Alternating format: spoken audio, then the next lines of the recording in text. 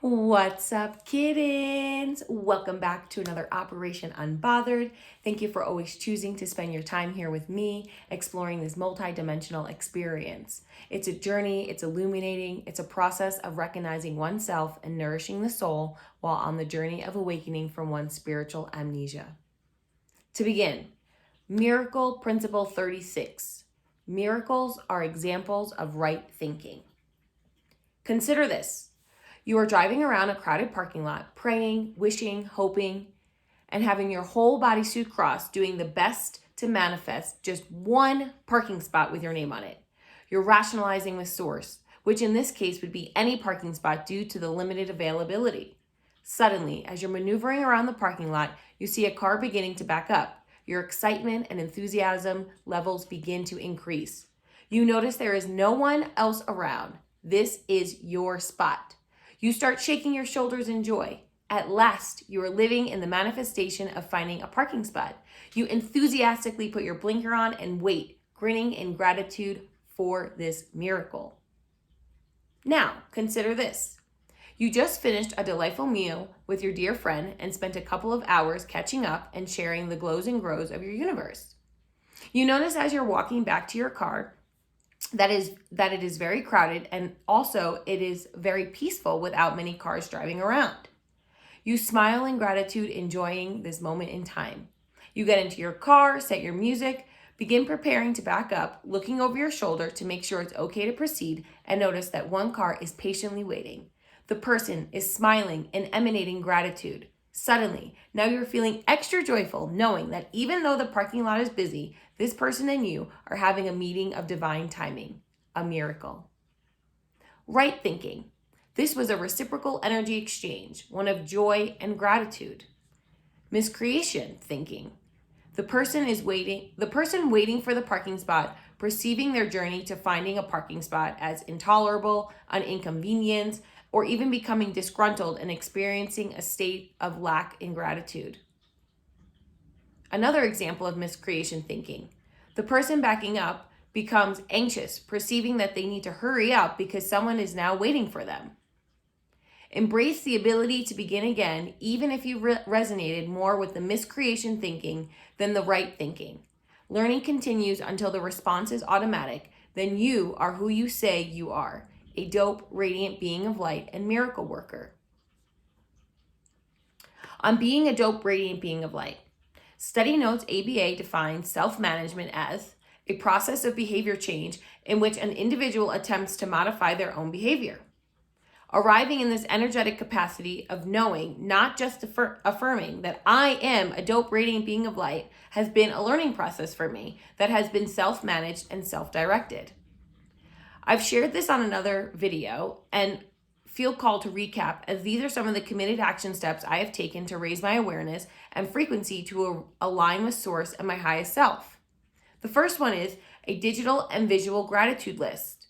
Every night I write a list of at least 3 things that I'm grateful for, and I include photos from the day. I love snapping random photos of James and Marsha or any flowers that I might see, something that brings me joy and a feeling of love.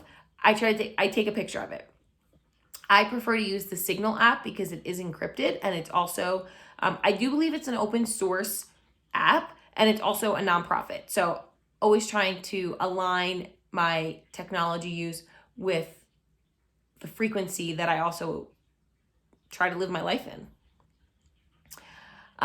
Physical, spiritual, emotional, and mental digital supports. Even before I started creating and sharing content on YouTube, I had a premium subscription. And the reason for this is that for me, it is worth not being interrupted by ads when meditating, doing yoga, or a Pilates flow.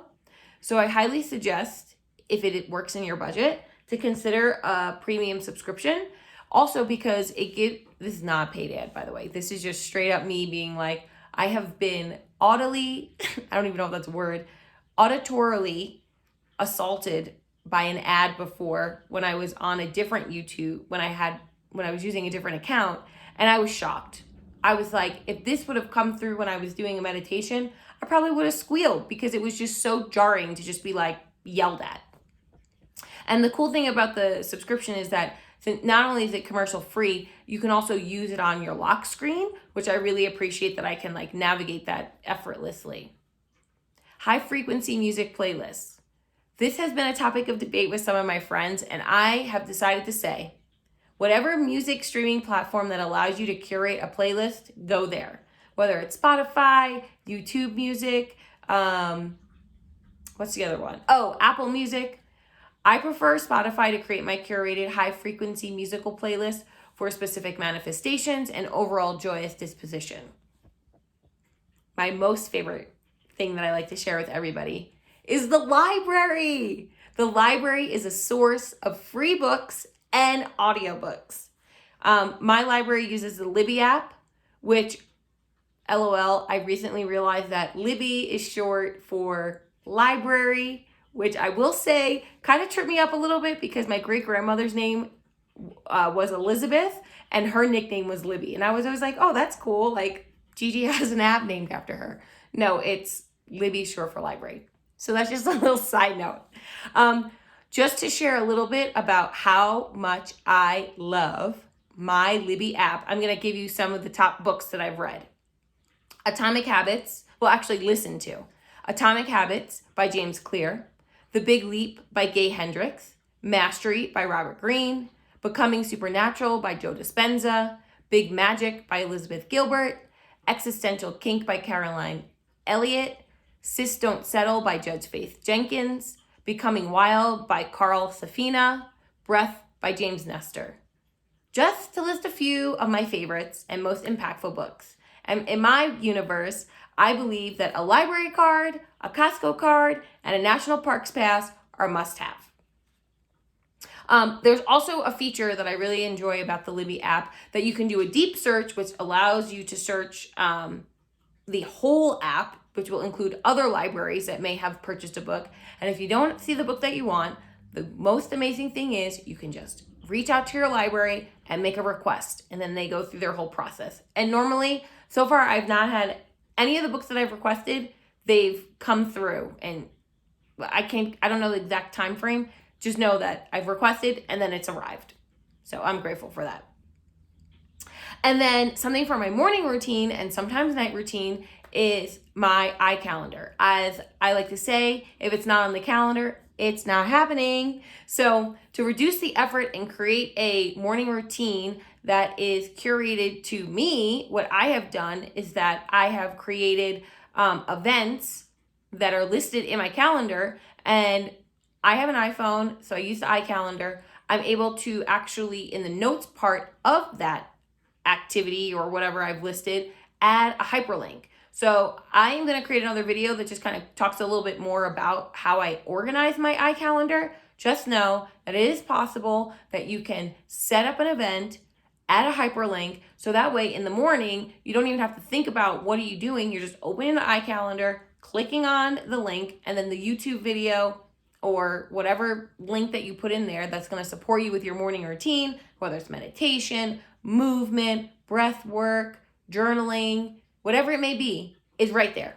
Bloop, available very quickly and efficiently. And I'll say that the reason why I started doing this was because I was using YouTube links to do my morning routine. However, I was getting distracted that when I would open up my YouTube, suddenly there would be like, oh, all these people that you follow and subscribe to, they've created videos. So then I'd be like, let me see what they're doing. So to support me in my discipline and in my changing of my behavioral patterns, I just cut out being able to see any extraneous information, have exactly what it is that I need, and I can click. And then because I have multiple events, I'm like in my calendar, I never have to actually go into YouTube until I'm ready to.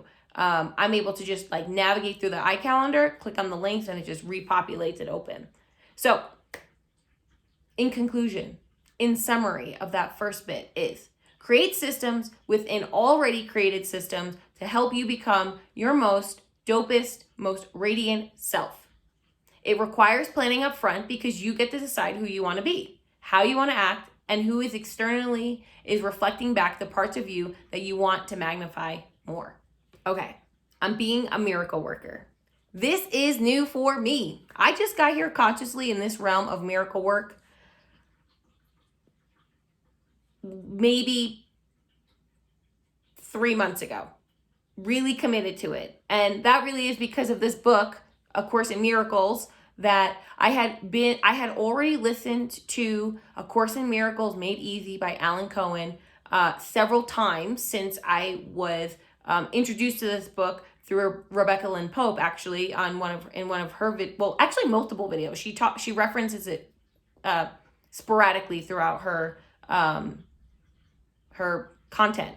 So she had mentioned it. I'd gotten the audiobook. I actually did buy the audiobook for this because I was like, this book is really good. A Course in Miracles Made Easy by Cohen. So that is the Cliff Note version of the book that I'm reading now and that I've been sharing out for Operation Unbothered. And I kind of had that as a foundation. It wasn't until I got this text and I actually really started reading and studying this text that I was like, okay, I'm identifying as a miracle worker, and this is something that I'm going to incorporate into my life in my journey of awakening from my spiritual amnesia. So I just got here. And that's why I really love that I'm doing this, because I feel that in my universe as a teacher, I believe that if I can't share it out, that content out or information out or knowledge that I have out in a succinct, conscious, meaningful way that is understandable by multiple people with different learning abilities, then I don't actually really know what I'm saying. So for me, this has been a great practice to digest the information, implement it into my own life, and then share it out and see how that is kind of resonating with others, not just here on YouTube with people like my brother and my cousin and other people in my life, to see if what I am saying is making sense, to let me know that I am understanding what it is that I'm saying. And in the morning, I have a morning affirmation that reads, Source, help me perform whatever miracles you want of me today. I am a channel for divine creative intelligence to move through. And this supports me with entering into the mindset of asking to be divinely guided throughout my day, embracing the identity of the person I am, a miracle worker, and just having an overall increased self-awareness of how my thoughts, behaviors, and actions are aligning to being a miracle worker. And I'm choosing this identity and remain unbothered if I act in a way that I don't feel aligns with being a miracle worker. I'm still a soul having a human experience, being impacted at times by previous behaviors, previous ideologies, inner child desires. There's many things going on. So for me, I remain unbothered because I just remind myself that I can begin again. Even if I have an experience that doesn't feel completely aligned with what it is that I am manifesting as a miracle worker, of what those characteristics are, what those traits are, it's okay. I'm going to begin again. And then I'm able to have those data points of, oh, this was not what I was looking to do. Oh, yep, this is what I'm trying to do. So it gives me the balance of being able to navigate this new part of who I am developing with a lot of space and grace and love and compassion, which I'm deserving of having that space and grace, that love and compassion. I'm deserving of giving that to myself because I am giving that to other people as they are also navigating being here, a soul, having a human experience, and navigating who it is that they are. It's also supported with my discernment, my thoughts, and my actions, and they're strengthened every day as I learn how to navigate the multidimensional aspects of life as a miracle worker. And this new identity is exactly why I began Operation Unbothered with the review and support of A Course in Miracles. I had already been acting in the energy of being unbothered. However, it was from the perspective of detaching from energies that were no longer in alignment. I have said to many people over the last several months, when they would be sharing something with me, and as a recovering codependent, I do my best to not give unsolicited advice. because, well, I am no controller of another person. Therefore, I also want to get that consent. And if people are like, yeah, what do you want to add? I would say Operation Unbothered. Just navigate the experience as though it doesn't matter. Because for me, people are going to be able to react. Like right now, like thankfully my James and Marsha are cat napping right now. However, if they really wanted to, right, they could be like zipping and zooming all over the place. And I can't control them. First off, they're cats. Secondly, I can't control them because I'm not them and they are not me. So in the sense of being unbothered, I could choose to either let my blood pressure go through the roof, or I can just accept it for what it is and see how I can navigate and self-regulate in myself that, okay, at this time, they're doing whatever it is that they're doing, and maybe it's not matching up with my timeline. However, it doesn't mean that because they're acting the way they're acting, that should cause me to then have to be acting in one way. It doesn't have to be a direct cause and effect. It's not a causation. I can stop, pause when I experience the stimulus and can choose how I want to respond. And I choose to respond unbothered. And with the added miracle worker identity, I'm understanding that it is part of my process to disseminate and share how I'm getting to where my future self is. So this whole process is really me diving into the text of A Course in Miracles and then being able to share out what it is that I'm learning and connecting in my mind, because I love learning and I love research and I love just being able to bring many different things from different areas together and then be like, this is what's resonating with me. And doing that and seeing how it turns from concept, ideas, into knowledge for me. So it's very exciting. This whole process, it's fun, it's curious, it's sometimes destabilizing. I'm not gonna, sugarcoat this at all. It can be destabilizing as I learn to recalibrate my highest self again and again and again and again and again, because every day I'm a different person. Every day I'm evolving. Every day I'm shedding a part of myself. Neville Goddard says every day is a death and a rebirth, a death and a rebirth. And I really feel that with this experience, especially because as I'm reading through this book, I'm learning new information. So sometimes that new information is clarifying something that I already thought I knew, or clarifying an experience that I perceived in one way. And because of that, I'm changing who I am. My energetics are changing. My perspective is changing. My intentions are changing. Like everything is just constantly going. I do highly recommend stay hydrated during these times of recalibration for sure. Because I know for me, when I am not staying hydrated, it does not support my overall well-being. And I'm doing this because soon it will be automatic. And I also embrace the change. I embrace the opportunity. Like when I wake up in the morning, I say, Source, thank you for another 24 hours in my bank account. Because another second, another hour, another day, another month, another year is not guaranteed. So while I do have the opportunity, I want to be in the most highest frequency of gratitude and joy and love. So that way, when I get the opportunity to perform a miracle like I have asked Source to guide me to do, I'm ready. There is no hesitation. There is no disobedience. I am aware because I'm so connected and I'm so much paying attention that I'm like, okay, let's go, let's do it type thing.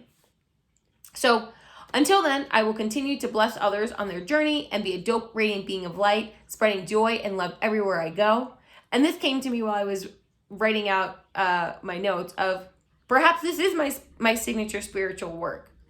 I'm still a process, so stay tuned for more revelations.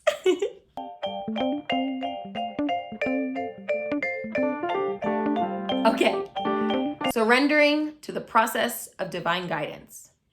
The Lanterman Act, which is a California state law that supports individuals with developmental disabilities to lead a person-centered, self-directed, or self-determined life with the least restriction and highest level of community integration. The self-determination program is intended to offer people more freedom and control over how their services are provided, and more freedom and control in who supports them. So essentially, it's an entire law to support individuals who have developmental disabilities with leading a life that is most aligned with how they want to live their life. Imagine that. So there are 5 key components of this self-determination program. The first one is freedom. The freedom to exercise the same rights as all citizens, to establish with freely chosen supporters, family, and friends where they want to live, with whom they want to live, how their time will be occupied, and who supports them. 2, authority. To control a budget in order to purchase services and supports of their choosing. 3, including the ability to arrange resources and personnel. This will allow flexibility in the living. Rewind. This will allow flexibility to, whoa, I'm a little distracted because there's like a huge moth that's like climbing up the window right now. It's so cool. Oh my gosh. Wow. Joy and gratitude. All right, let me go back to what it was that I was saying. Okay, I was at number, I'm going to start at 3 because I can't remember because I got distracted by the moth. Number 3, support, including the ability to arrange resources and personnel. This will allow flexibility to live in the community of their choice. 4, responsibility, which includes the ability to take responsibility for making decisions in their own lives and accept a valued role in their community. And 5, confirmation, in making decisions in their own lives by designing and operating the system that they rely on.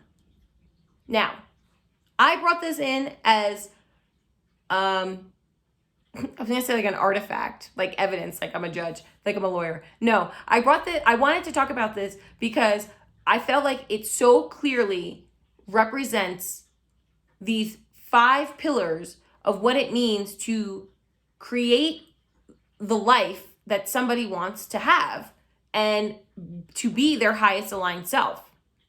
So I took all 5 of those and I turned them into Unbothered, the unbothered versions.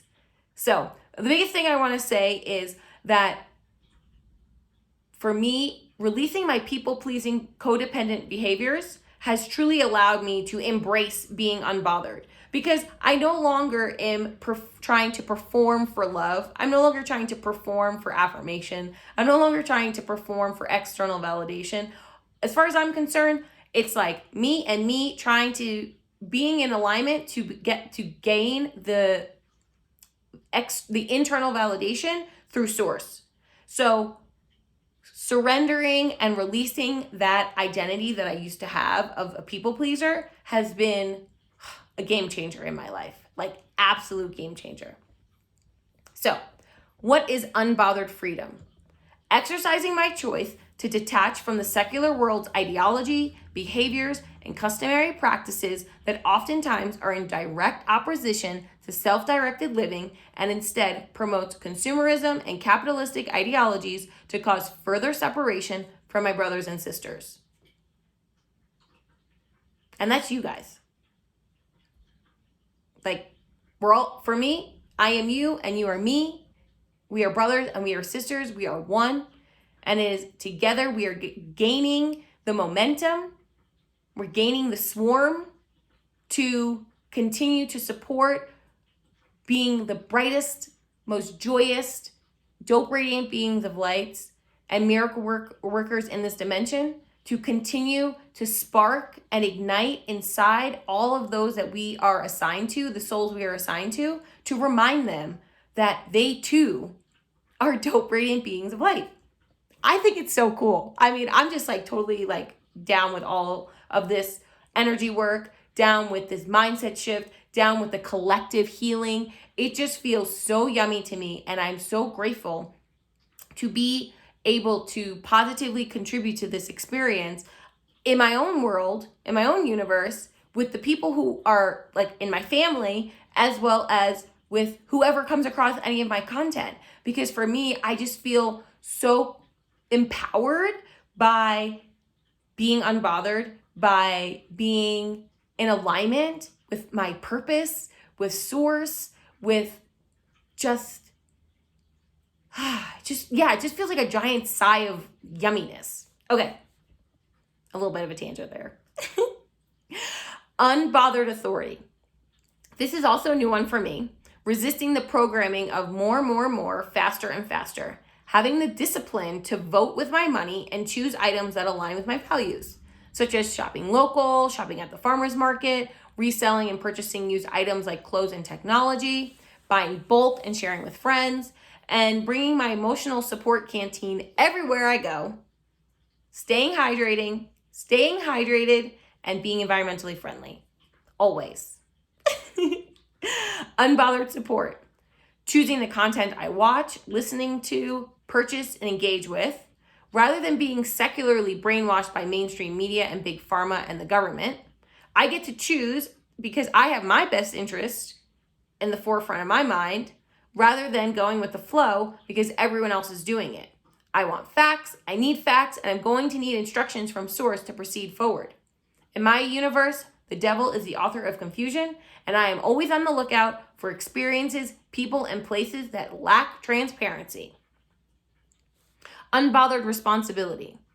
Focusing on my universe and how I can, as Rebbecca Lynn Pope says, stay on my square and do the work that I am called to do and support the souls assigned to me as best as I can in divine alignment.